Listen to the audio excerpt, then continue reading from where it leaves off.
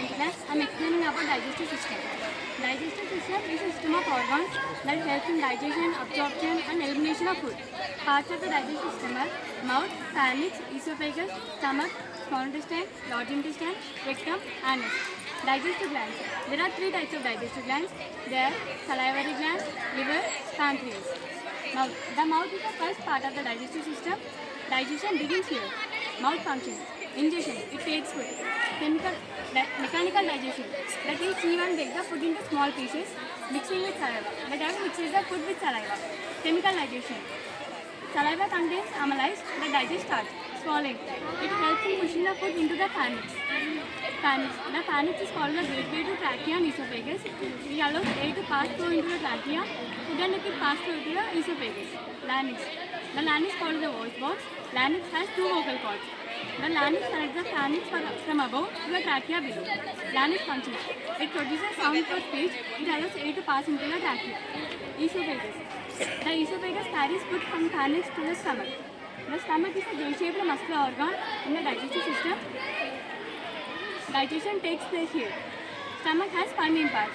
They are cardia, fundus, body, pylorus, pylorus sphincter. Stomach has 4 main layers. They are mucosa, submucosa, muscular externa, serosa. Stomach functions. It stores food temporarily. It mixes the food with gastric juice. Hydrochloric acid kills germs and provides acidic medium. Pepsin enzyme digests proteins. The food is slowly converted into semi-liquid form called chyme. The food is slowly released into the small intestine.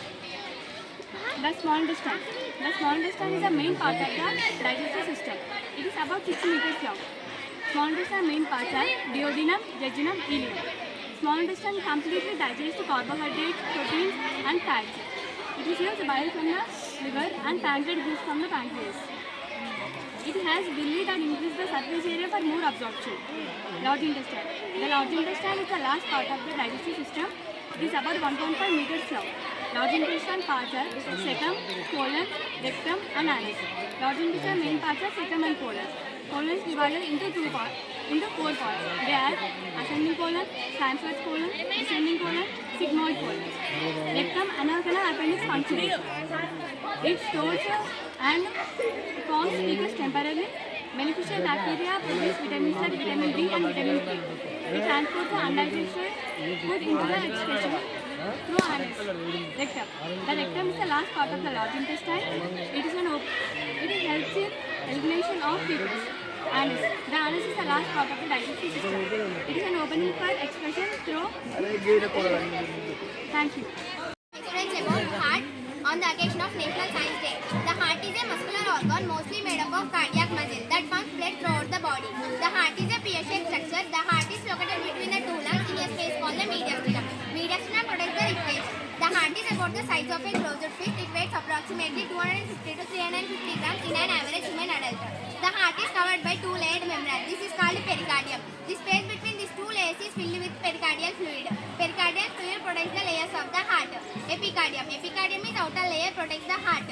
Myocardium. Myocardium is middle muscular layer does the pumping. Endocardium. Endocardium is inner layer lines the chambers and walls. The heart is divided into 4 main chambers. The upper 2 chambers are called right atrium, left atrium, and the lower 2 chambers are called right ventricle, left ventricle. Right atrium. The right atrium is the upper right chamber of the heart. Its main function is to receive deoxygenated blood from the body. This blood comes through 2 major veins: superior vena cava and inferior vena cava. Superior vena cava. Superior vena cava brings deoxygenated blood from the upper parts of the body like head, arms and chest. Inferior vena cava. Inferior vena cava brings deoxygenated blood from the lower parts of the body like abdomen, legs.